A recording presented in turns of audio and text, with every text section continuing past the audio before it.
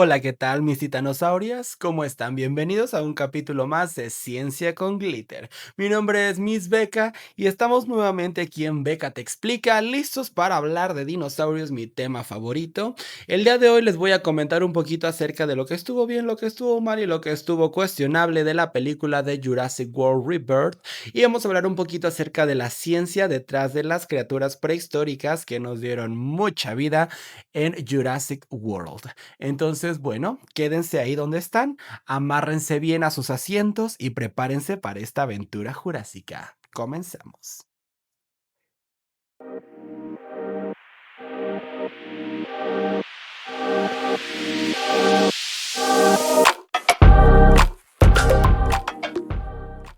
Muy bien, mis queridas prehistóricas criaturas, vamos a comenzar este capítulo. Bueno, hoy me puse todo mi ajuar de exploradora jurásica porque hoy vamos a hablar acerca de los dinosaurios de Jurassic World. Bueno, los dinosaurios y otras criaturas prehistóricas de Jurassic World Rebirth. Fui a ver esa película el día de su estreno. Es de decir que su estreno fue el 2 de junio, 2 de julio, perdón, pero pues yo fui el primero porque soy privilegiada y porque por alguna extraña razón aquí en Cinemex le estrenaron antes. Pero bueno, vamos a hablar un poquito acerca de qué me pareció, qué estuvo bien, qué estuvo no tan bien, qué hay de los animales prehistóricos que se mostraron en esa película. Todos están correctamente representados, qué hay de nuevo, qué hay de malo, etcétera. Bueno, pues vamos a comenzar. Jurassic World Rebirth promete un regreso al cine de los dinosaurios que no habíamos visto desde Jurassic World Dominion, lanzada en el 2022, 2023 más o menos. Entonces es un reinicio de la saga. Esta es una saga que viene desde hace 32 años ya. 32 años con la Jurassic Park original de 1993. Entonces, bueno, en caso de que vivan en una piedra y no sepan de qué va esta saga, Raptor les va a contar. Ok, la saga de Jurassic Park comenzó en 1993 con Jurassic Park. Que básicamente es una película en la que un multimillonario, John Hammond, contrata un grupo de científicos en los que ellos están Alan Grant, Ellie Sattler e Ian Malcolm para que avalúen la viabilidad de su parque. Entonces él los lleva y en el parque descubren pues que es un parque donde consiguieron clonar exitosamente dinosaurios. Ahora, son dinosaurios que a pesar de que pues se muestran como dinosaurios tal cual, no son 100% ADN puro, ya que consiste básicamente en clonar animales utilizando el ADN recuperado de mosquitos atrapados en ámbar y que lo tienen que rellenar con ADN de otras especies. Entonces, bueno, comenzó a generar dudas, vieron 2 que 3 dinosaurios, hicieron escenas icónicas, conocieron un brachiosaurio, un T-Rex, un Triceratops, Velociraptors, etc. Y pues todo se fue a la por culpa de Dennis Nedry, que es el gordito que trabajaba en sistemas. Que bueno, él dijo, ok, a mí no me pagan lo suficiente, entonces yo voy a tirarles todo este teatrito. Y pues descompuso los sistemas, los dinosaurios salieron, quedaron sueltos y pues hicieron un caos. Y pues obviamente el resto de la película transcurre en ellos tratando de sobrevivir. Al final lo logran y pues ya, en eso consiste Jurassic Park, que es la película que abre la conversación a toda esta saga. Muchas gracias, Raptor. Por nada, Beca. Ok, muy bien. Entonces, continuando con Jurassic World Dominion. Ok, como les comentaba, Jurassic Park es una saga que ha venido gestándose desde hace 32 años. Casi lo que su servidora tiene de vida. Imagínense. Ya bastante rato es de decir. Y bueno, Jurassic Park, ok, para mí ha sido una saga icónica, como les comenté en el otro video, es una de las razones por las que yo soy biotecnóloga. Entonces, es algo que tiene mucha significancia para mí. Lo voy a poner ahí está, muy bien. Ok, entonces, bueno, hablemos un poquito acerca de la ciencia detrás de Jurassic Park. Ok, en Jurassic Park y World mencionan que se clonan dinosaurios gracias a la obtención de ADN de mosquitos fosilizados. Esos mosquitos fosilizados, bueno, los encontraron en ámbar en diferentes sitios arqueológicos, ¿no? Y bueno, según la película, menciona que gracias a este ADN ellos pudieron clonar exitosamente diferentes especies de dinosaurios. Ahora, ¿es esto posible en la vida real? Pues desafortunadamente no. ¿Por qué? Bueno, el ADN es una biomolécula. Como les comenté en mi video acerca del ADN, vayan a buscarlo por favor. El ADN es una biomolécula cuya vida o cuyo tiempo de vida es... Bueno, el ADN es una biomolécula bastante inestable, entonces a la menor provocación se desintegra. Y por lo mismo, su tiempo de vida no es muy largo. O sea, el ADN en unas condiciones más o menos óptimas y que pueda preservarse, ya sea congelado o preservado en cualquier otro medio, dura aproximadamente unos 10.000 años. ¿Ok? Entonces quiere decir que algún organismo de 10.000 años para acá podría ser que pudiese que podríamos considerar en clonarlo, pero ya más allá de 10.000 años, pues ya lo único que vamos a tener van a ser puros trazos de ADN que ya no nos van a servir para nada. Entonces, la idea de que se pueda sacar ADN de animales prehistóricos de hace más de 65 millones de años es algo que pues no da cabida en la ciencia actual, al menos como la conocemos. Por otro lado, tenemos la idea de rellenar secuencias con ADN. Aquí, por ejemplo, en la película nos dicen que rellenan las secuencias con ADN de rana, lo cual después vemos que les da otras características como poder cambiar de sexo y muchas otras cosas más. Entonces vayan a ver mi video de la semana antepasada acerca de animales LGBT, animales queer. Ahí hablo de las ranitas que cambian de sexo y como les comentaba, no son todas las especies, entonces eso depende. Y además, si quisieran rellenar los huecos de ADN de un dinosaurio, debieron haber utilizado a su primo o a su descendiente cercano más próximo, que serían las aves. Entonces incluso una gallina hubiera servido un poquito más, yo diría. Pero bueno, ok, continuando con la ciencia. Bueno, tenemos por ejemplo algunos datos científicos de cosas que se han estado gestionando, que se han estado cocinando de que sí podría ser viable. ¿Por qué? Porque, bueno, por ejemplo, también otra cosa que mencionan es quizás de los fósiles, pero los fósiles son solamente roca. ¿Qué es lo que hace un fósil? Bueno, un fósil, cuando un animal muere, digamos que el cuerpo del animal queda compacto entre dos capas de tierra, entonces obviamente se empieza a desintegrar todo el tejido blando, quedan los huesos, entonces digamos que los huesos quedan cubiertos por estas capas de tierra. ¿Qué es lo que va a hacer una vez que se desintegre el hueso ya también completamente? Bueno, se va a empezar a rellenar con sedimento un poquito más duro que el sedimento que lo compactó. Y eso es los fósiles. Los fósiles solamente son un molde de un hueso, no es un hueso real, quiere decir que no va a tener ADN. Solamente es la pura imprenta, digamos, ¿no? Entonces, pues tampoco se podría. Pero, ok, hace ya varios años, hace como unos 10 años, me acuerdo que yo vi una noticia que dije, oh my goodness, me voló la cabeza.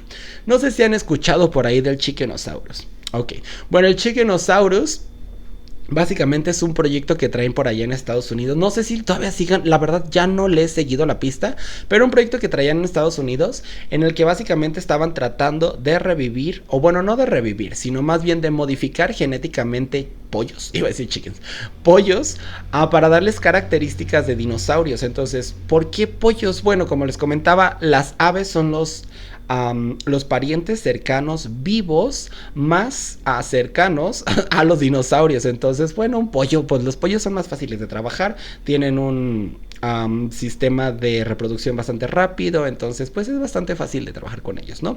¿Y cómo lo iban a hacer? Ok, nosotros o cualquier ser vivo en el planeta tenemos en nuestros genes apagados. Estos genes apagados representan partes del genoma de nuestros antepasados que ya no están activos y son cosas en nuestra... ok, en nuestra fisiología que ya no se muestran, ok, son genes que ya no se van a mostrar. Entonces, ¿por qué? Porque pues la evolución va aprendiendo y apagando genes. También lo dije allá en la plática de ADN. Entonces vayan para allá, vayan para allá, vayan para allá y dense una vuelta después de terminar este video. Y bueno, lo que están haciendo es por medio de CRISPR modificar diferentes puntos de la columna o de las vértebras del pollo, haciendo que sea más largo y que empiece a generar lo que vendría siendo la cola que tenían los dinosaurios.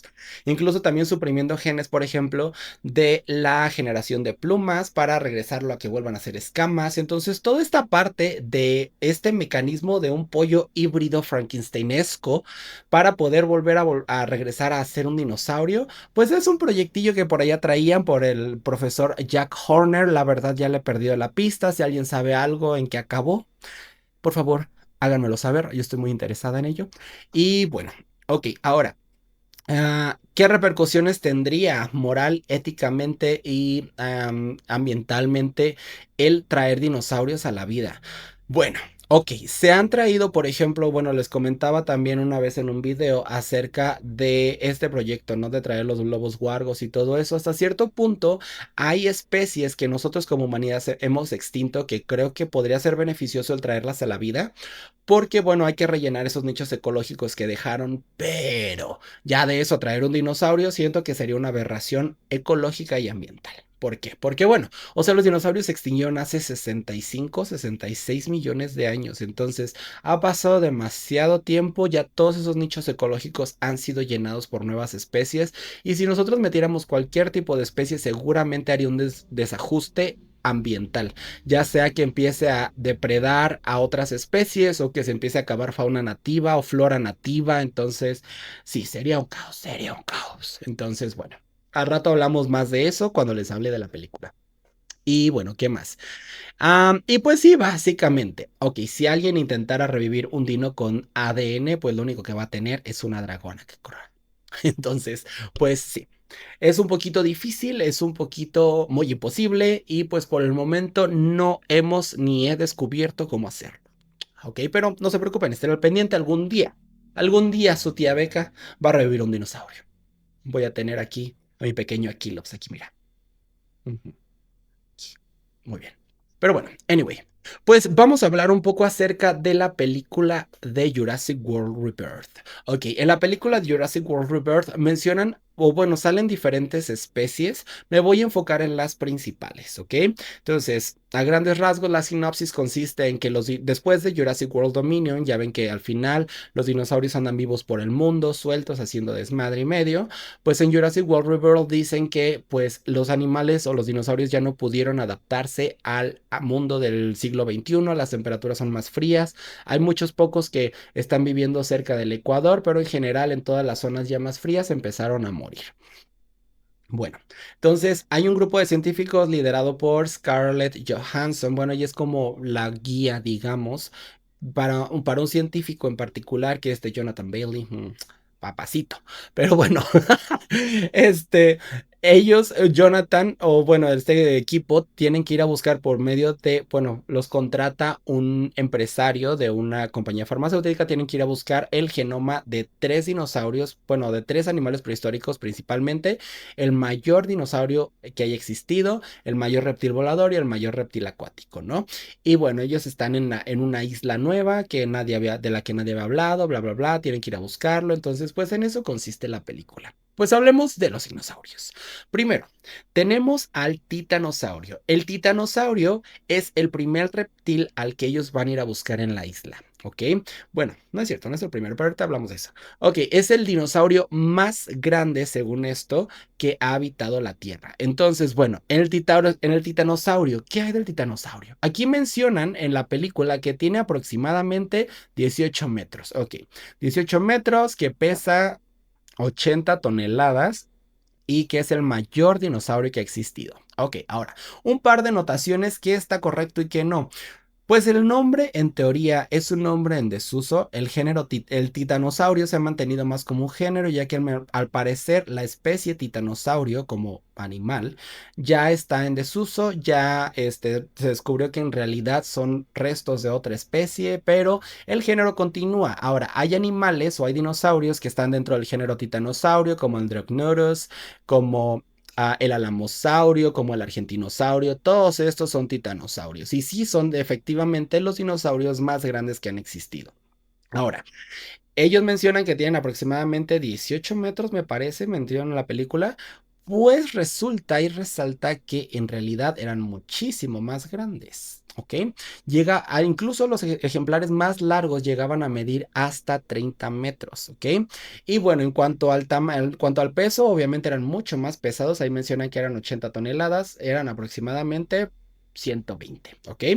Y sí, ahora, es un dinosaurio herbívoro completamente y pues me gustó mucho el diseño que le dieron en Jurassic World Rebirth, aquí con las franjas, con la cresta naranja que tenía en la cabeza y en la cola y además, por ejemplo, este tipo de interacción social de cortejo entre dos ejemplares de la misma especie, entre un macho y una hembra, me gustó mucho porque es algo que nunca se había mostrado en Jurassic Park, o bueno, al menos en toda la saga, y para mí fue un momento muy lindo, muy lindo. Me dio mucho el brachiosaurio de la primera entrega. Y bueno, ahora, ¿qué pasó con este titanosaurio? Pues en cuanto a su diseño, creo que por ejemplo anatómicamente está bastante acertado. Ahora, las patas delanteras, por ahí tenemos un detalle, siempre les hacen las patas de elefante a los saurópodos en la saga de Jurassic Park, pero pues en general creo que es un diseño bastante acertado. Ahora, ahí mismo en la película mencionan que todos los dinosaurios de esta isla pues son como descartes, son animales que pues no salieron bien o que tuvieron sus, más bien que quizás no tenían lo que ellos esperaban, etcétera. Entonces quizás eso pasó con el titanosaurio porque por ejemplo también la forma de la cabeza que tenía pues estaba un tanto curiosona, estaba como narizón, aún no sé cómo decirlo.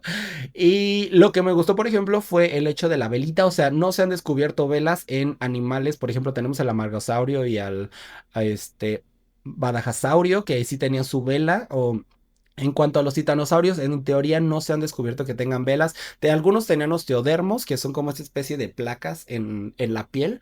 Pero tanto como velas, pues esa fue una más licencia creativa. Pero la verdad le salió bien. Ya dejamos de ver a los saurópodos como montañas grises sin sentido. Y bueno, eso en cuanto al titanosaurio. Después, el primer reptil al que ellos encontraron fue al mosasaurio. Ahora, el mosasaurio en la saga de Jurassic World ha sido una adición bastante interesante porque creo que desde que lo integraron en la primera película de Jurassic World, fue un diseño bastante cercano y acertado a lo que en realidad era el mosasaurio. Es un reptil muy grande, de unos aproximadamente 18 metros. Y bueno, era un reptil del Cretácico tardío, no, perdón, Cretácico medio, se los dejo por aquí en la ficha. Pero era un reptil del Cretácico, bastante grande, completamente carnívoro, principalmente depredaba peces, otros animales, perdón, reptiles marinos y uno que otro dinosaurio por ahí que se aventuraba en el agua. Y bueno, se ha encontrado en diferentes partes del mundo, Norteamérica, Sudamérica, Europa, incluso en la Antártida. Entonces ha sido un animal bastante estudiado. Hay muchas especies, en este caso, por ejemplo, es el Mosasaurus hoffmanni, el que mencionan en Jurassic World.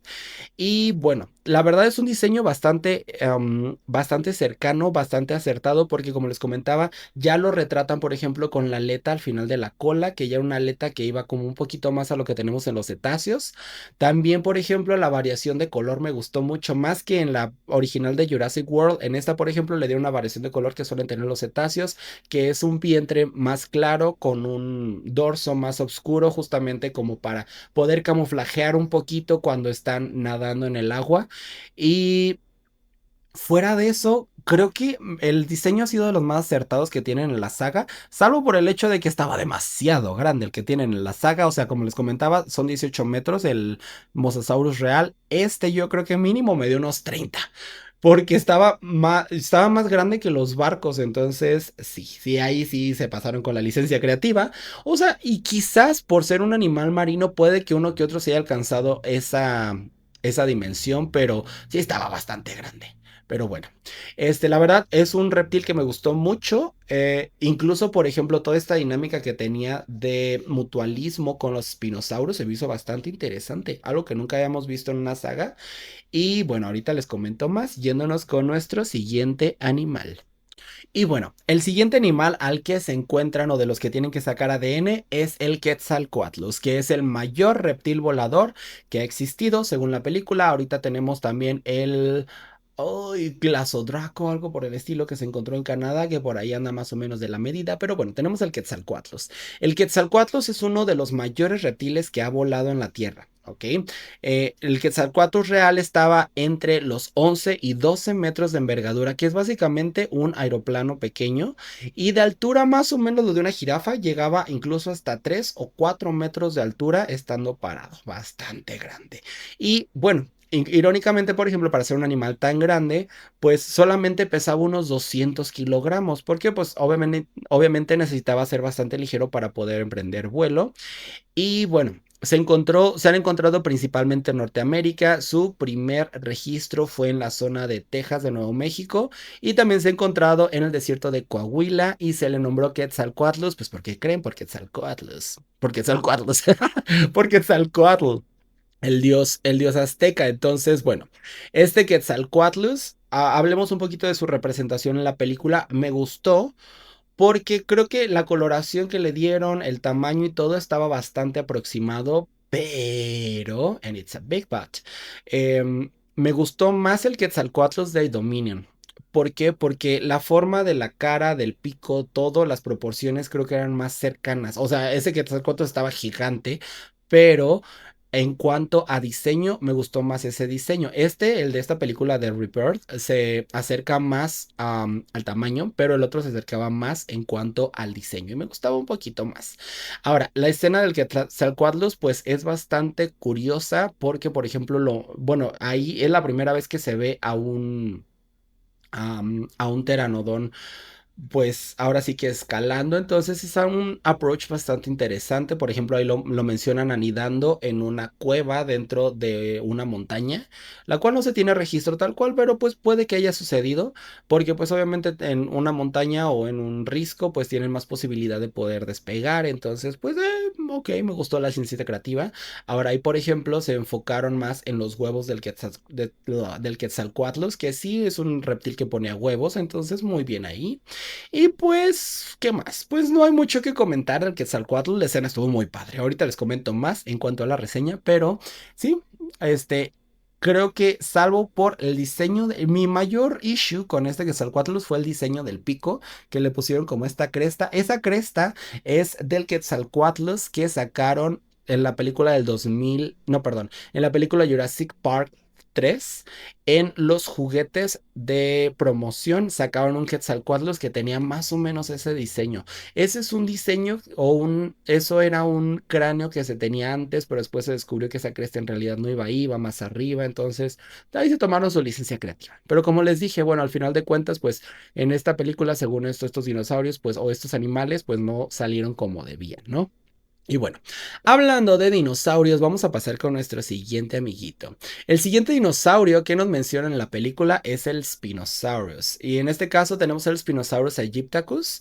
Este Spinosaurus aegyptiacus es todo un género, no solamente es un animal, pero también es todo un género.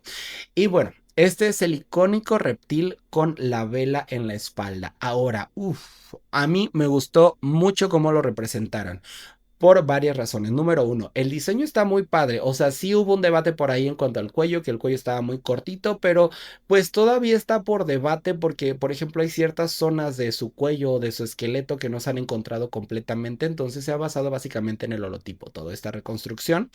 Y, por ejemplo, en cuanto a la vela, ya tiene una vela más cercana que la bueno, la del espécimen que aparece en Jurassic Park 3, que era una vela como más redondita. Aquí tiene como que esta forma de montañita. Y aquí, por ejemplo, no están en cuatro patas, pero sí andan así un poquito más agazapados, tienen como que esta especie de aletita en la cola y pues los muestran la mayor parte del tiempo nadando, lo cual es bastante cercano a lo que se sabe del Spinosaurus. Ahora, otra cosa que me llamó mucho la atención fue la condición esta de mutualismo. ¿Qué es el mutualismo? Es cuando bueno, perdón, dos o más especies se ayudan entre sí pues con algún objetivo, ya sea con fines reproductivos, de protección o de alimentación. En este caso, por ejemplo, los Spinosaurus estaban ayudándole al Mosasaurus a cazar. Entonces teníamos una manadita de 4 Spinosaurus que estaban ahí con el Mosasaurus atacando el barco y pues muy de más, muy. Me gustó mucho la representación. Yo entiendo que muchos fans de Jurassic Park estaban pues ahí llorando porque querían el espécimen del 2000, digo, de Jurassic Park 3, no me acuerdo en qué año fue, 2003 creo. Ah, sí, fue en 2003. Este, pero pues miren, o sea, la verdad hay que actualizarse, muchachas. Y sí me gustó mucho cómo está representado. Y sí, me gustó mucho el Spinosaurus de Jurassic World Rebirth. Bueno, Y vamos con otro de los galanes de esta saga, que es el Tyrannosaurus Rex. Ok, el Tyrannosaurus Rex, aquí volvimos nuevamente al diseño original de la saga original de Jurassic Park de 1993. Y uff, estuvo delicious. Yo sé que, por ejemplo, ahorita ha cambiado bastante la percepción que se tiene del Tyrannosaurus, porque pues ya con todos los descubrimientos y todo esto que ha salido acerca de cómo era en realidad el Tyrannosaurus, pues han cambiado varias cosas. Por ejemplo, ahorita se sabe que el Tyrannosaurus tenía una especie de recubrimiento en la mandíbula como una especie de labios que le protegían la dentadura, o sea que no andaba con los dientes así para todos, para todos lados. Además, bueno, se sabe, por ejemplo, que las manos, pues ahí, por ejemplo, tenía las manos pronadas, las tenía un poquito más así. Este, ¿Y qué más? En cuanto a las dimensiones, por ejemplo, este tiranosaurio está muy grande, pero muy grande, porque usualmente el tiranosaurio, el más grande que se tiene registro es la Tiranosaurio Zoo, que está en el Museo de Historia Natural de Nueva York, me parece, que mide aproximadamente 14 metros, pero yo le echo mínimo unos 20 metros, sí está muy grande. Pero ahora, el diseño me gustó mucho porque da mucha nostalgia. Da mucha nostalgia, recuerda mucho a Rexy, bueno, la tiranosaurio original de Jurassic Park.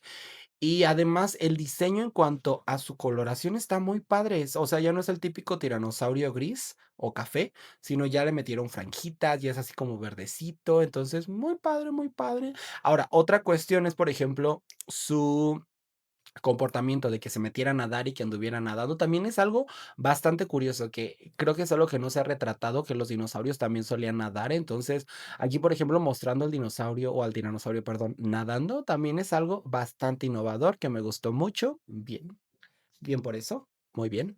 Y bueno, vamos con otro dinosaurio que tenemos aquí en la saga, que es el Aquilops americanus. Ok, tenemos aquí a Dolores, a Dolorcita, que, bueno, la encuentran ahí. Tenemos un Aquilops. ¿Qué es un Aquilops? Se preguntarán. Pues es este dinosaurito.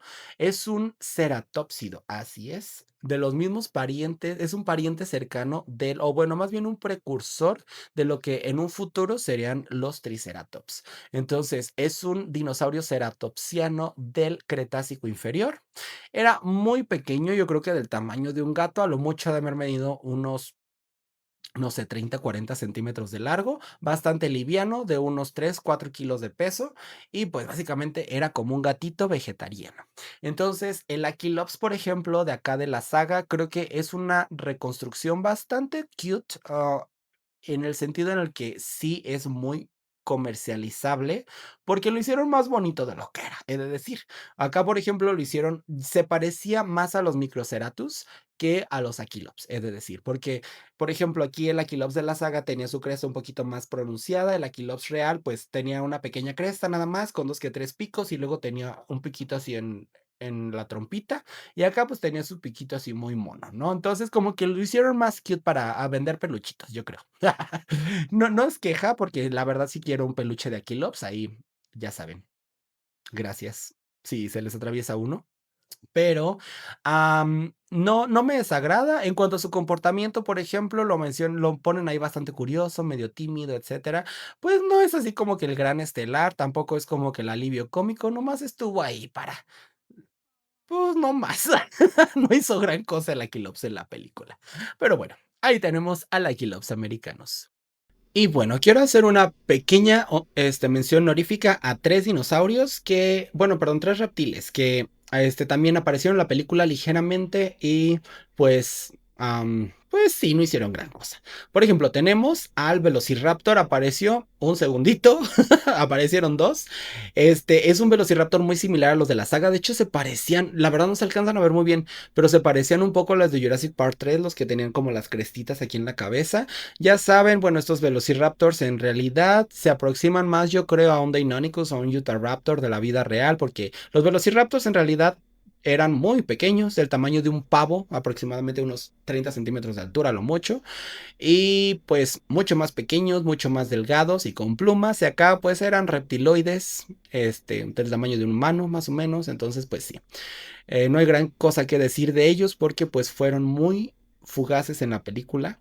Después tenemos al Dilophosaurus, también aparece uno brevemente, muy rápido, que iba a atacar a la chica y pues de ahí también se espantó. Entonces este Dilophosaurus pues sigue teniendo la misma tendencia del que apareció en Jurassic Park y en Jurassic World Dominion. En realidad estos Dilophosaurus de estas películas pues son más pequeños que un humano, yo creo que 1,5 metros de altura y pues tienen sus crestas estas como Clamidosaurus, de las cuales pues son solamente especulación de la película porque en realidad no es como que las tuvieran. Y en cuanto a su figura o su diseño, creo que es bastante cercano, pero pues sí es un dinosaurio mucho más pequeño que su contraparte real. Su contraparte real sí era más grande que un humano, de aproximadamente unos 2 metros de altura, unos 3 metros de largo. Y pues obviamente no tenían su abanico del cuello, ¿no? Y tenemos por ahí otro reptil que es el Anurognathus. El Anurognathus es la primera vez que sale en la saga de Jurassic Park y Jurassic World. Y pues sale también brevemente. Está muy cute, muy mono. El Anurognathus es un pterosaurio que vivió en el Jurásico temprano. Entonces pues era como un murcielaguito. Estaba muy chiquito. Aproximadamente yo creo que de envergadura unos 20-30 centímetros y pues de alto ya creo que así como unos 10 centímetros. Entonces era como una ranita con alas básicamente. Ahora, en cuanto a su diseño en la película es bastante cercano. La única diferencia es que el Agnurognathus tenía una cola muy corta y le pusieron una cola más larga. Pero fuera de eso, muy cercano, muy mono. Ojalá hubiera salido más, ojalá hubiera tenido algo más importante que nada más aparecer. Y pues por ahí también tenemos una mención honorífica extra. Tenemos un anfibio por ahí que anda, que sale cada tanto. Entonces, no sé, yo cuando lo vi dije, ¿será un ictiostega?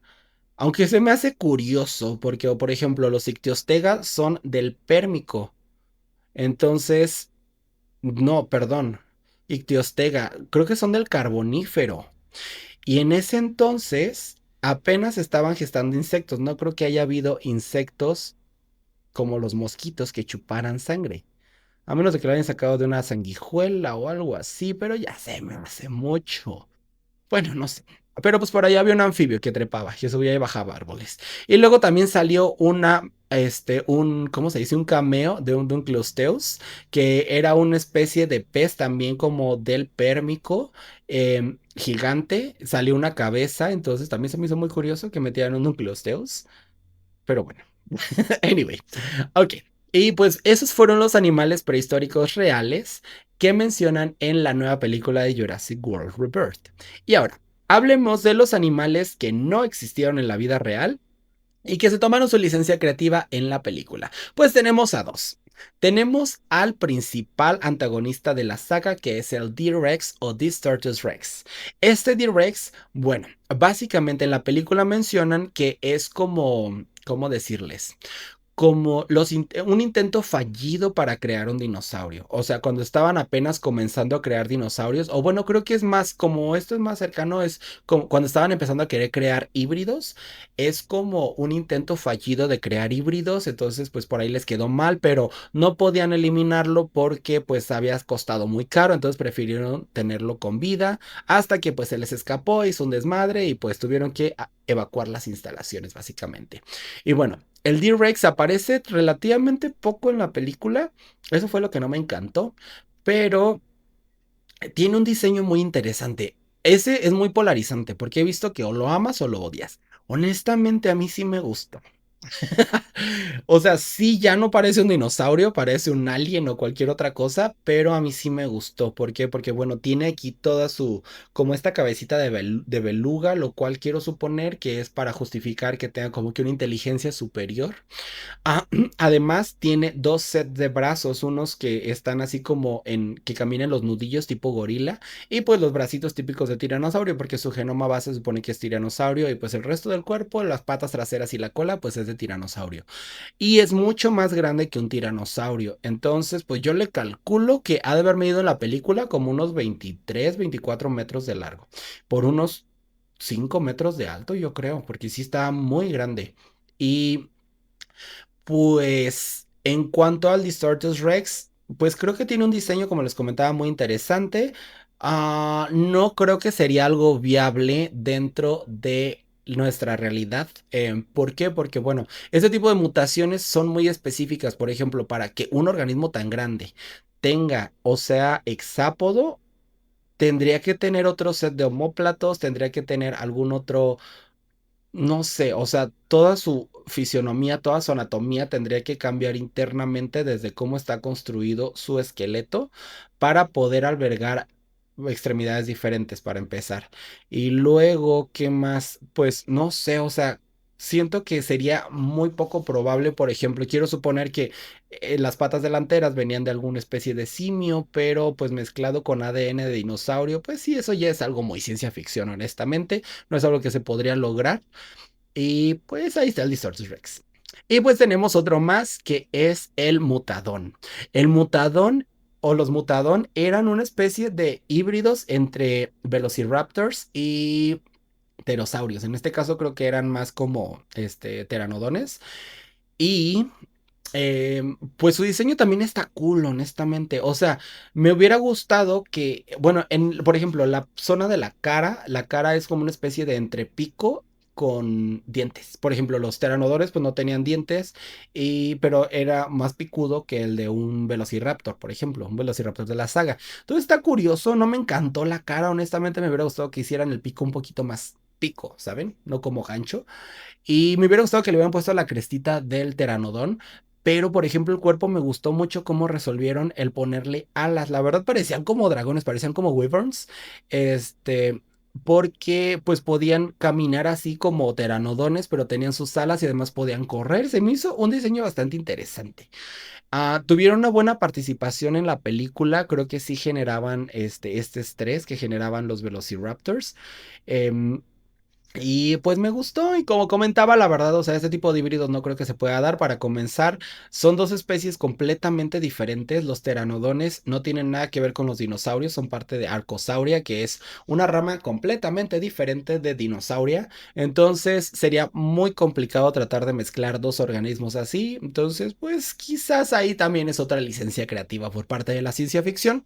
No me molesta, no es tan viable, digamos, como, no sé, un dinosaurio, un dinosaurio 100%, pero pues la verdad no me desagradó el diseño, está muy bien el diseño. Y pues nada, los espero la siguiente semana en otro capítulo de Ciencia con Glitter y muchas gracias por sintonizarme en Feca Te Explica. Esto fue una delicia prehistórica. ¡Mua! Y nos vemos muy muy pronto. Chao, chao.